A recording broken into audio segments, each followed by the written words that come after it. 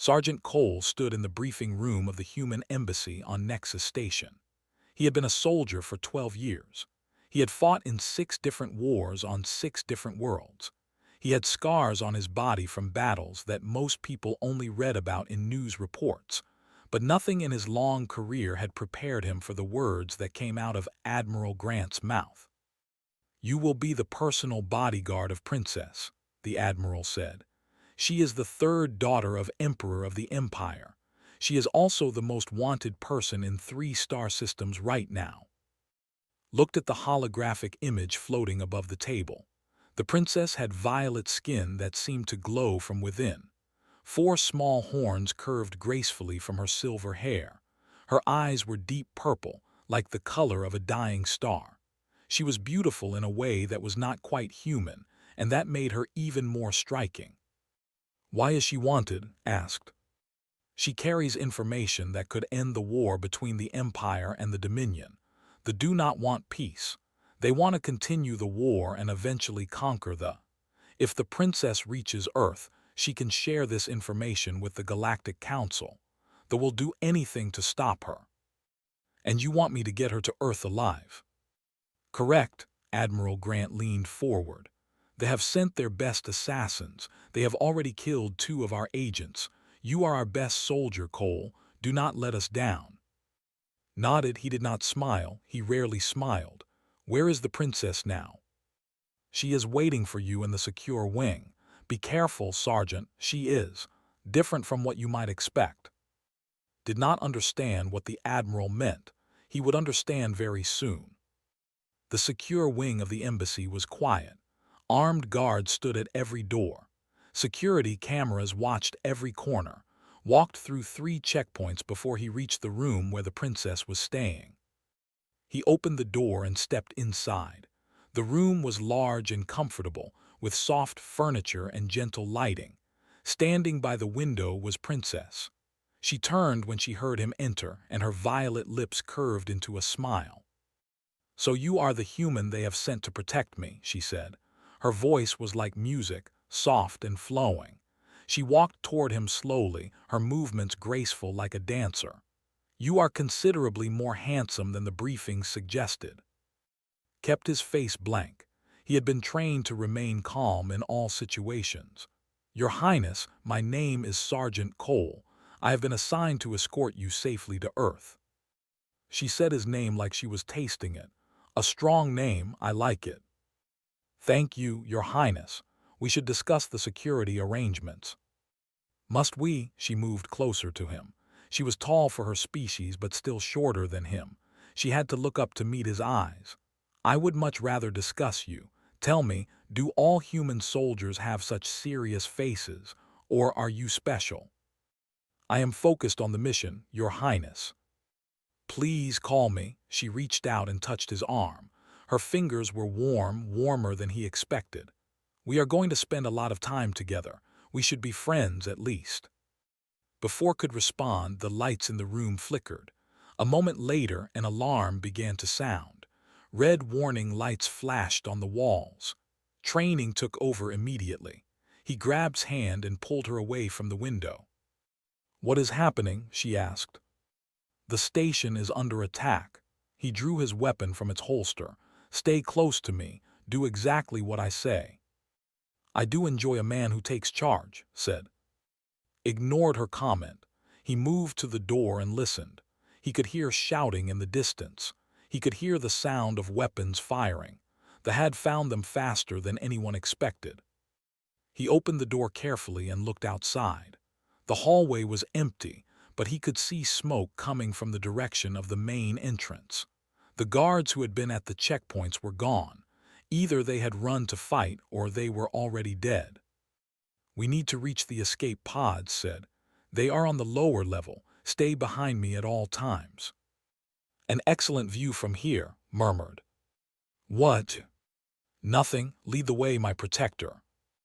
They moved through the hallways quickly but carefully, checked every corner before they turned.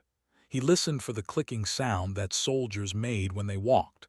There were insect-like creatures with hard shells covering their bodies. They were fast and deadly, and they felt no mercy for their enemies. They had almost reached the stairs when 3 hunters appeared from the smoke ahead. They were tall and thin, with 4 arms and eyes that glowed red in the darkness. They saw the princess and raised their weapons. Moved without thinking, he pushed behind a support pillar and opened fire. His first shot hit the lead hunter in the chest. The second shot missed as the hunters scattered. The third shot took down another enemy. The remaining hunter charged at him and fired again, but the creature was fast. It knocked the gun from his hand and swung a clawed arm at his face, ducked and drove his fist into the creature's midsection. The shell was hard, but was stronger than he looked. The hunter stumbled back and grabbed his combat knife from his belt. The fight was brutal and quick. The was trained to kill, but had survived worse enemies. He found a gap in the creature's armor and drove his knife deep. The hunter fell and did not get up again. Retrieved his gun and turned to find watching him with wide eyes. For a moment, she did not say anything flirtatious. She just stared at him like she was seeing him for the first time. "You killed them," she said softly. "All 3 of them in less than a minute." "That is my job, Your Highness." She corrected him. Then the playful smile returned to her face. "I must say, that was very impressive. Is it warm in here or is it just you?" Sighed. The escape pods were still 3 levels down, and he had a feeling this was going to be a very long mission. "We need to keep moving," he said. "Of course." Took his arm like they were walking through a garden instead of a burning space station. "Tell me, do you have a lover waiting for you on Earth? A wife perhaps? A girlfriend?" "I am focused on the mission." "That is not a no," she smiled brightly. "How wonderful." An explosion shook the station, pulled her forward, and they ran toward the stairs.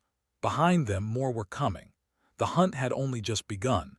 The escape pod was small. It was designed for 2 people, but only if those 2 people did not mind being very close to each other. Sat in the pilot's seat and worked the controls. Sat in the seat next to him, but she had moved it as close as possible to his. "Do you need help?" she asked. Her shoulder was touching his arm. Her leg was pressed against his leg. The pod had enough room for her to sit farther away, but she had chosen not to. "I need you to put on your safety belt," said.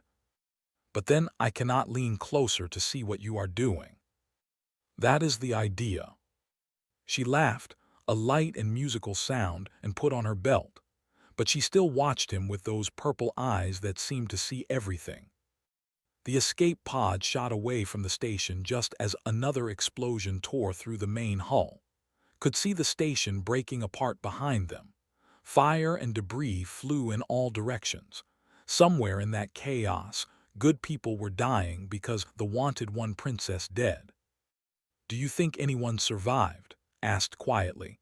The playfulness was gone from her voice for a moment. "Some of them probably. The station had many escape routes."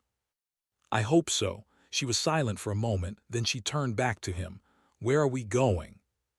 "There is a human outpost on Callisto, one of Jupiter's moons. I have a contact there who can help us get transport to Earth.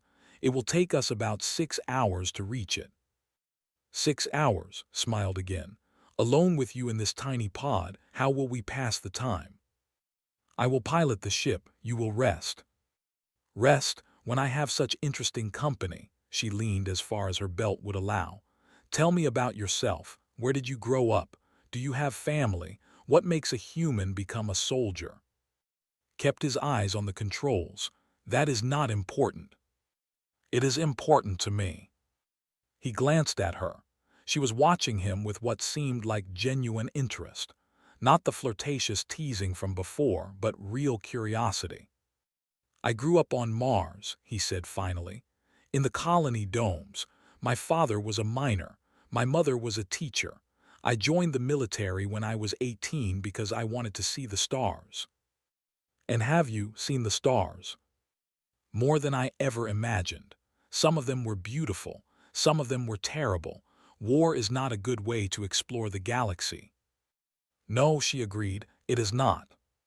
Before they could say more, an alarm sounded on the control panel. looked at the display and felt his stomach drop. 3 fighters had dropped out of hyperspace directly ahead of them. They had been waiting. "Hold on," said. "To what, you?" "To your seat." He threw the pod into a sharp turn just as the first plasma blast flew past them. The small ship was not made for combat, but it was fast and could turn quickly.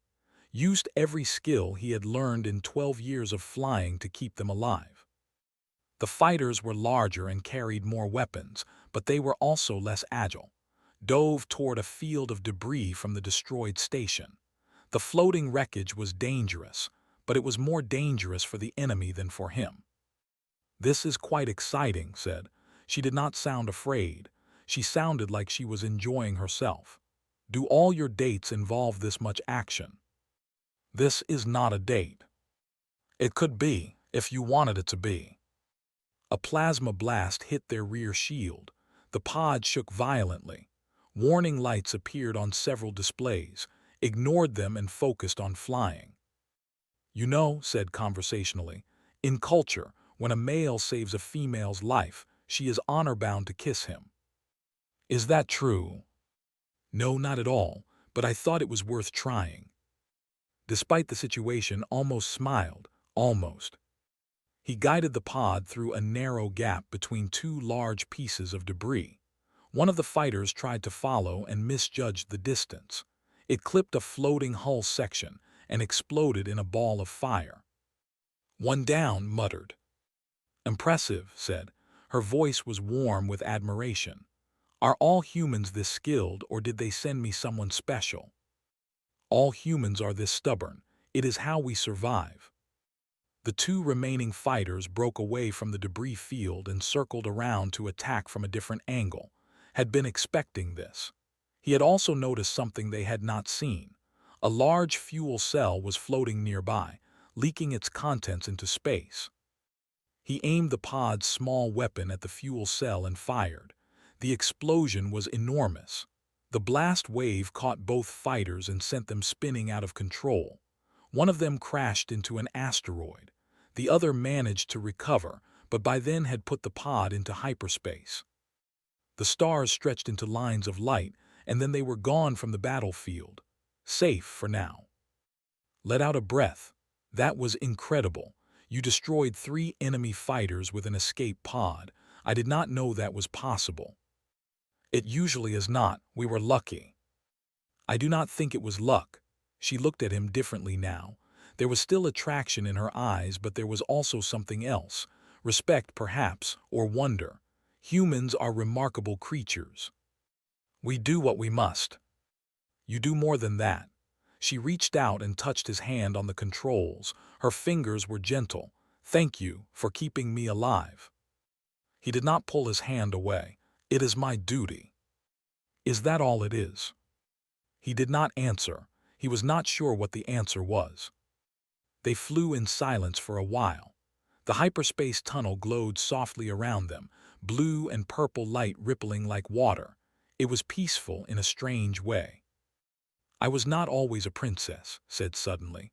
"I mean, I was born royal, but I did not always act like one. When I was young, I wanted to be a scientist. I wanted to explore unknown worlds and discover new species. But then the war started, and my father needed me to be something else." "What did he need you to be?" "A symbol, a diplomat, a prize to be traded for alliances." There was bitterness in her voice. "I was to be married to a prince. That was supposed to bring peace. But I discovered that they did not want peace. They wanted to use the marriage to get close to my father and kill him." "So you ran." "I did more than run. I stole the evidence of their plot. That is what I am carrying to Earth. Proof that the leadership has been planning genocide against my people for years." Looked at her with new understanding. She was not just a princess who needed protecting. She was a spy, a rebel, a woman who had given up everything to save her people. "You are braver than I thought," he said. She smiled, but it was a sad smile, or more foolish. I am not sure which yet. "Brave," he said firmly. "Definitely brave." For once, she did not have a flirtatious response. She just squeezed his hand and looked out at the stars. They had 4 more hours until Callisto. 4 more hours together in this tiny pod, flying through the light. Realized he did not mind as much as he thought he would. Callisto's station floated above the icy moon like a metal flower. It was one of the oldest human outposts in the solar system, built over 200 years ago when humanity first began reaching for the outer planets. Now it served as a trading post, a refueling point, and a place where people who did not want to be found could disappear. Guided the escape pod into one of the public docking bays. The station was busy. Ships of all sizes came and went, carrying goods and passengers from across the galaxy. It was a good place to hide, but it was also a dangerous place. In a crowd this big, anyone could be an enemy. "Stay close to me," said as they left the pod. "Do not talk to anyone, do not make eye contact, and please try not to attract attention." Looked down at herself. Her violet skin glowed softly. Her silver hair caught the light like moonbeams. Her 4 horns marked her clearly as royalty. "I am not sure I can help being attractive," she said with a small smile. "That is not what I meant." "I know, but I enjoy watching your face when I say things like that." Sighed and started walking. Followed, but she hooked her arm through his like they were a couple taking a walk. Several people turned to look at them, did not like it. "Your Highness, you need to let go of my arm." "Why? This way we look like lovers on vacation. No one will suspect we are running from assassins. Everyone is already looking at us. Because we make a beautiful pair." She squeezed his arm. "Just relax, trust me. I have been trained in diplomacy since I could walk. I know how to make people see what I want them to see." He wanted to argue, but she had a point. 2 people walking separately looked suspicious. 2 people arm in arm looked normal. He decided to trust her judgment. They moved through the crowded marketplace. Vendors sold everything from exotic foods to illegal weapons to technology that would not exist on Earth for another 50 years. Aliens of dozens of species mixed with humans and robots. The noise was constant, a mix of languages and music and shouting. "Where is your contact?" asked quietly. "Lower levels. She runs a repair shop. Her name is Mercer." She glanced at yes, she. "Is that a problem?" Not at all, but something flickered in her purple eyes, something that looked almost like jealousy. "What is your relationship with this?" "She is an old friend. We served together before she left the military." "Just a friend." "Just a friend." Smiled and the tension left her shoulders. "Good. I would hate to have competition." They took a lift down to the lower levels of the station. These areas were darker and dirtier than the main marketplace. The people here did not ask questions. They did not look too closely at strangers. It was perfect for someone who needed to disappear. Shop was at the end of a narrow corridor.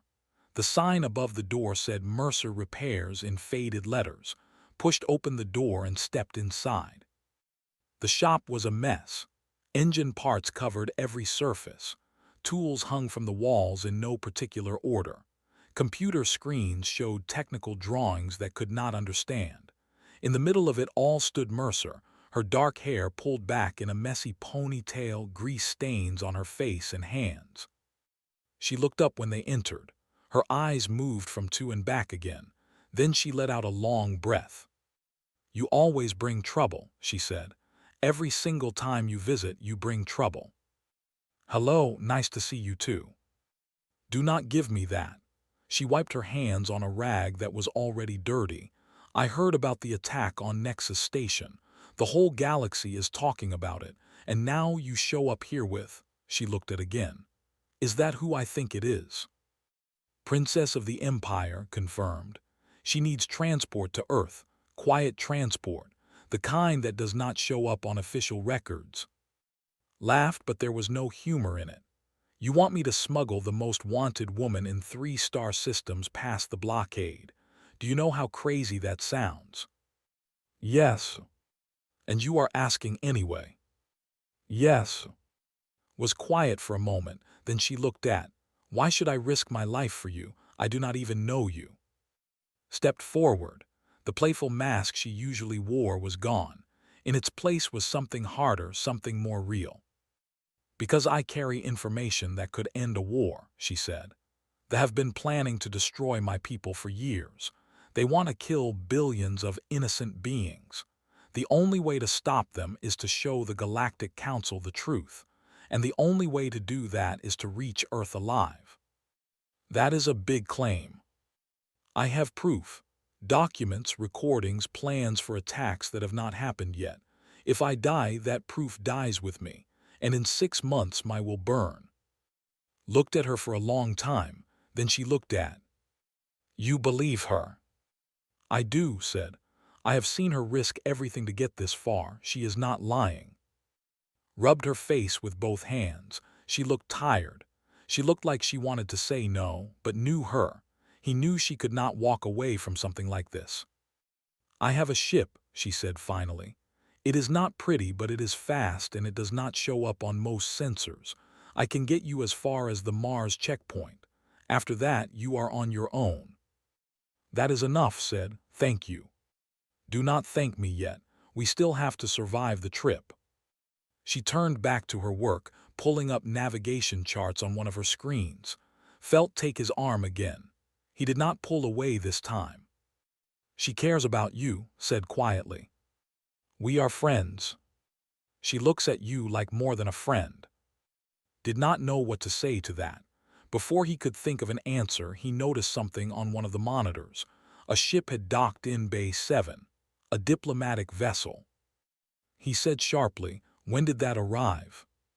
She looked at the monitor and her face went pale. That was not there an hour ago. They must have just arrived. They found us. How you were careful, I know you were careful. Thought quickly. The only people who knew they were coming to Callisto were the people at the embassy, and the embassy had been attacked. Someone had talked. Someone had told the exactly where to look. We have a traitor, he said. Someone in our own government is working with the enemy. His hand tightened on his arm. Then nowhere is safe. No, but that does not change anything. We still need to reach Earth. We just need to be smarter about it. Was already moving, grabbing equipment and stuffing it into a bag. My ship is in Bay 12. If we move now, we might be able to leave before they find us. And if we cannot, then we fight. She pulled a weapon from under her workbench and tossed it too. He caught it smoothly. It was a military-grade rifle, much better than his standard pistol. I always liked you. Save the thanks for after we survive.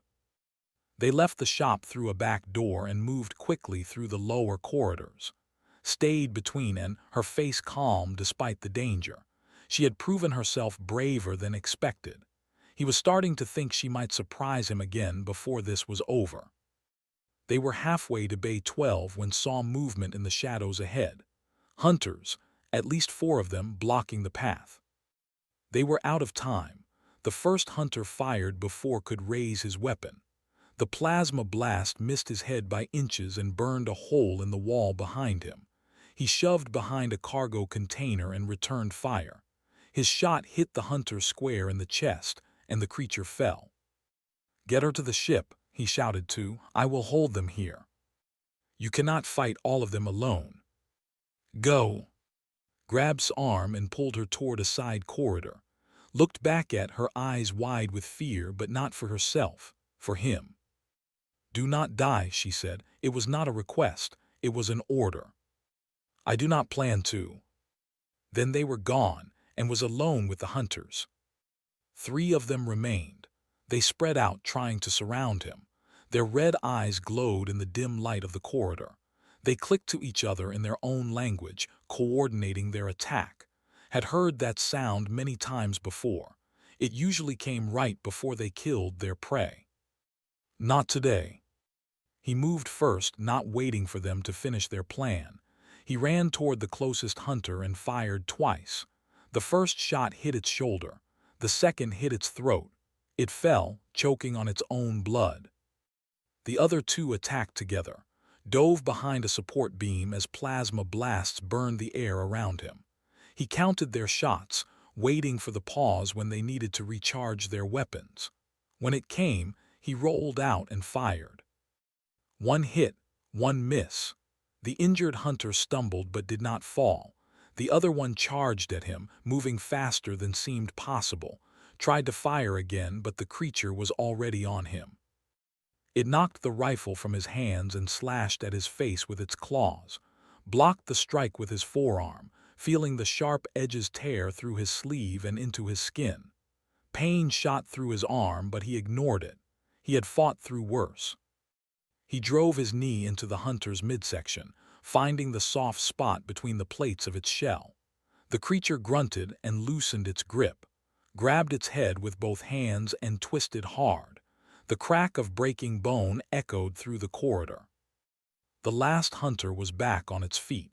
It looked at with something that might have been fear. No prey had ever killed this many of its pack before. It did not understand what it was facing. Picked up his rifle and fired. The hunter fell. The corridor was silent. He took a moment to catch his breath. His arm was bleeding badly. The cuts were deep, and he could see white bone through the torn flesh. He needed medical attention soon, or he would not be able to fight anymore. But first, he needed to reach the ship. He ran through the corridors, following the path and had taken. His vision was starting to blur at the edges. He was losing too much blood, but he kept moving. He had made a promise to protect the princess. He intended to keep it. He found them at the entrance to Bay 12, but they were not alone. More had found them. At least a dozen hunters surrounded and weapons pointed at their heads. Standing at the front of the group was a tall in ornate armor, a commander. "Sergeant Cole," the commander said. Its voice was like stones grinding together. "We have been expecting you." Raised his rifle, but he knew it was hopeless. If he fired, the hunters would kill before he could take down more than one or two of them. "Let them go," he said. "I am the one who killed your hunters. Take me instead." "Your offer is noted and rejected. We want the princess. You are simply an obstacle." Stepped forward suddenly. Her chin was high, her eyes fierce. She did not look afraid anymore. She looked angry. "I will go with you," she said, "but only if you let the humans leave. They have no part in this. They were only following orders." "No," said.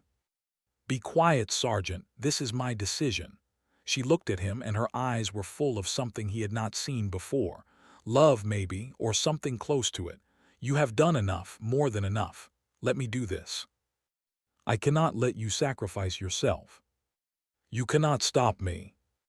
The commander made a sound that might have been laughter. "How touching. The princess cares for her pet human. Perhaps we will let him live so he can spend the rest of his life knowing he failed." Started walking toward the. Each step took her farther from.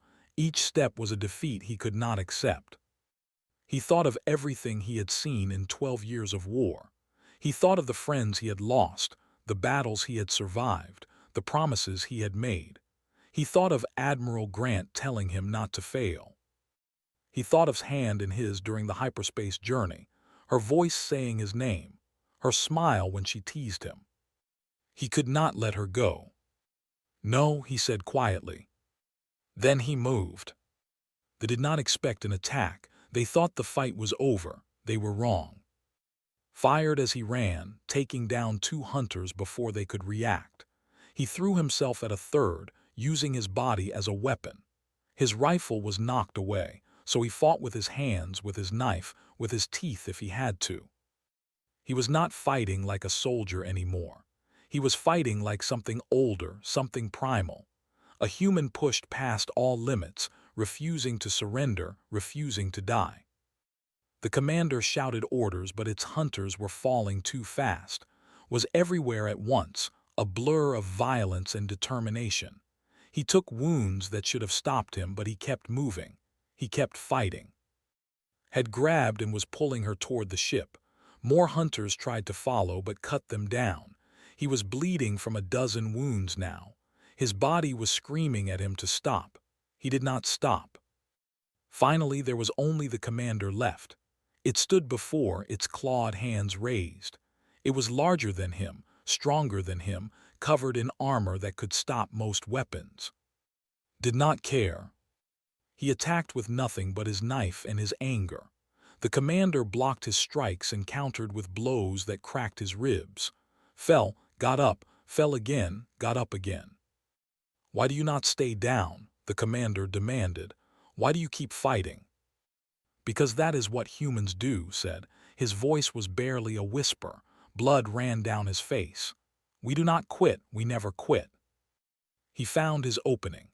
The commander raised its arm for a killing blow and drove his knife upward, through the gap in its armor, into its heart. The commander looked down at the blade in its chest. Then it looked at with something like respect. "Remarkable," it said, and then it fell. Stood alone in the docking bay. The bodies of the hunters lay around him. He could barely see. He could barely stand. But he was alive and was safe. He heard footsteps running toward him. Then was there, her hands on his face, her voice calling his name. "Stay with me. Do not close your eyes." "Did you make it to the ship?" "Forget the ship. You are hurt. You are really hurt." He managed to smile. "It hurt. Everything hurt. I told you I would not die." Tears were running down her violet cheeks. He had never seen her cry before. It made her look more human somehow.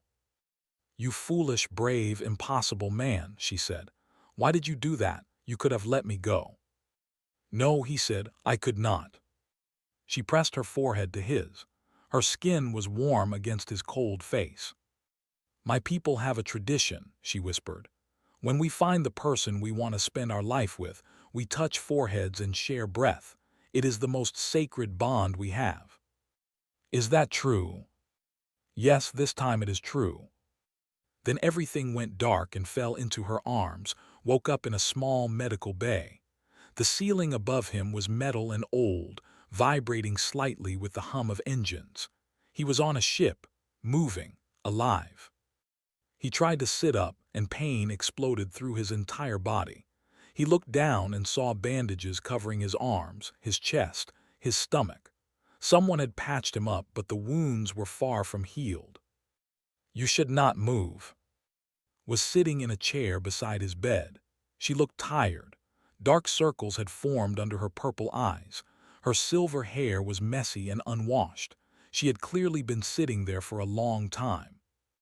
"How long?" he asked. His voice came out rough and dry. 3 days. You lost a lot of blood, more than most humans can lose and survive." She reached out and took his hand. Her fingers were cold. "The doctor said it was a miracle you woke up at all." "Where are we?" "On ship. We left Callisto right after." She paused, and her grip on his hand tightened. "Right after you killed 12 hunters by yourself." 12. He did not remember the exact number. Everything after he saw walking toward the enemy was a blur of violence and desperation. 12 counted the bodies, shook her head slowly. "I have never seen anything like that. No one has, the way you fought. It was not human, it was something more." "It was exactly human," said. "That is what we are. That is what we do when we have something worth fighting for." Was quiet for a moment. Then she leaned forward and pressed her lips to his forehead, soft and gentle. "I was so scared," she whispered. "When you fell, I thought I had lost you. I thought I would have to live the rest of my life knowing you died because of me." "I did not die." "You almost did, and it would have been my fault." "No," he squeezed her hand with what little strength he had. "It would have been this fault, never yours." She smiled, but it was a sad smile. "You are too kind to me, Cole." The door to the medical bay opened and walked in. She looked almost as tired as. She was carrying a cup of something that smelled like coffee, and she almost dropped it when she saw was awake. "About time," she said, but her voice was relieved. "I was starting to think you were going to sleep through the whole war." "What is happening? Where are we now?" His face grew serious.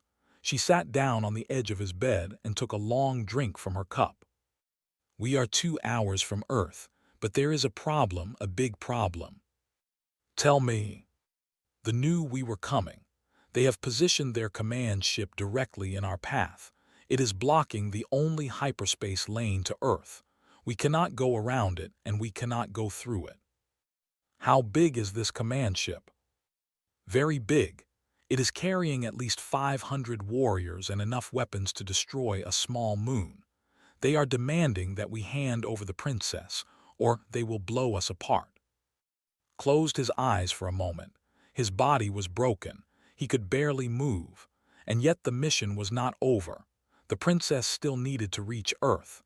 The information she carried could still save billions of lives. "What are our options?" he asked. "We do not have many. We could try to run, but they are faster. We could try to fight, but we would lose. Or," paused, looking uncomfortable. "Or what?" "Or we could surrender, give them what they want." "No," spoke before could. Her voice was firm and clear. "I will not surrender. I will not let my people die because I was afraid to take a risk." "It is not a risk," said. "It is suicide." "Then it is my suicide to choose." Opened his eyes and looked at her. She was standing now, her shoulders straight, her chin high. She looked like a queen. She looked like someone worth dying for. But he did not want her to die, and he did not want to die either. There had to be another way. "Can we get close to them?" he asked. Frowned. "What do you mean?" "Close enough to board." Both women stared at him. His mouth fell open. Looked like she could not decide whether to laugh or cry. "Board the command ship," said slowly. "You want to board a ship with 500 warriors on it. In your condition, that is the craziest thing I have ever heard." "Can we do it?" "Technically, yes. Their shields have a weak point near the cargo bay. If we approach at the right angle and move fast enough, we could dock before they destroy us. But that does not change the fact that you would be walking into certain death." "Not certain, just very likely." "You can barely stand." "Then I will crawl." He forced himself to sit up, ignoring the pain that screamed through every nerve. "I have come too far to stop now. I made a promise to protect and get her to Earth. I intend to keep that promise." "You will die." "Maybe, but if I do nothing, dies anyway. Her people die. Billions of innocent lives are lost because I was too scared to try." He looked at her with steady eyes. "That is not who I am. That is not who humans are." Was silent for a long time. Then she shook her head and stood up. "You are insane," she said. "Completely insane, but you are also the best soldier I have ever known." She walked to the door, then paused and looked back. "I will get you as close as I can. The rest is up to you." She left, started to climb out of bed, but was suddenly there, her hands on his shoulders, pushing him back down. "You cannot do this," she said. Her voice was shaking. "You are hurt. You are weak. This is not a fight you can win." "Maybe not, but it is a fight I have to try." Why must it always be you? Why can you not just let someone else take the risk for once?" He reached up and touched her face. Her skin was soft and warm under his fingers. "Because I love you," he said. The words came out easily, naturally, like they had always been there waiting to be spoken. Froze. Her purple eyes went wide. For once in her life she had no clever response, no flirtatious comment. She just stared at him. "You love me." "I do. I did not plan to. I did not want to. But somewhere between the explosions and the assassins and your terrible flirting, I fell in love with you. And I cannot let the woman I love die when I have the power to save her." Tears were rolling down her cheeks again. She leaned forward and kissed him, not on the forehead this time, on the lips, soft and sweet and full of everything she could not say. "Come back to me," she whispered against his mouth. "Promise me you will come back." "I promise." An hour later stood in the cargo bay of ship, wearing borrowed armor and carrying every weapon he could hold. He was still in pain. He was still weak, but he was ready. The ship shook as they approached the command vessel. Plasma blasts exploded around them, but was a good pilot.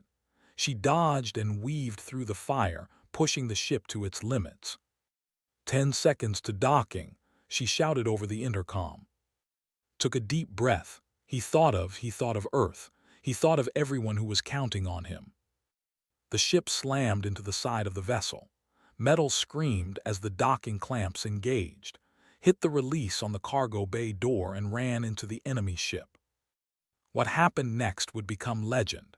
Stories would be told for generations about the human soldier who fought his way through a command ship alone. He killed warriors in the corridors.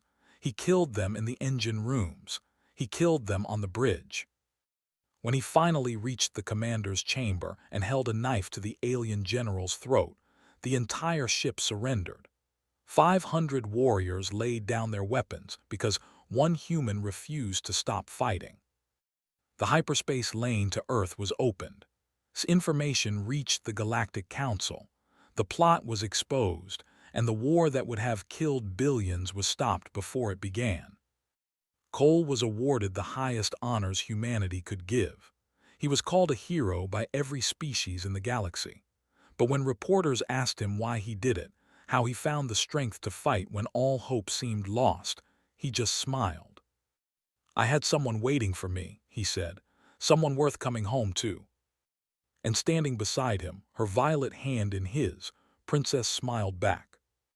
"You know," she said later, when they were alone on the observation deck of Earth's orbital station, watching the blue planet turn slowly below them, "your flirting skills have not improved at all." "I did not know I was flirting." "Exactly, that is the problem." He laughed. It was a sound he had almost forgotten how to make. "Maybe you can teach me." "Maybe I will." She leaned against him, her head on his shoulder. "We have a lifetime after all." And in the end, that was the most human lesson of all. Love, it turned out, was the greatest weapon in the universe, and stubborn, impossible, never-give-up humans were the best at wielding it.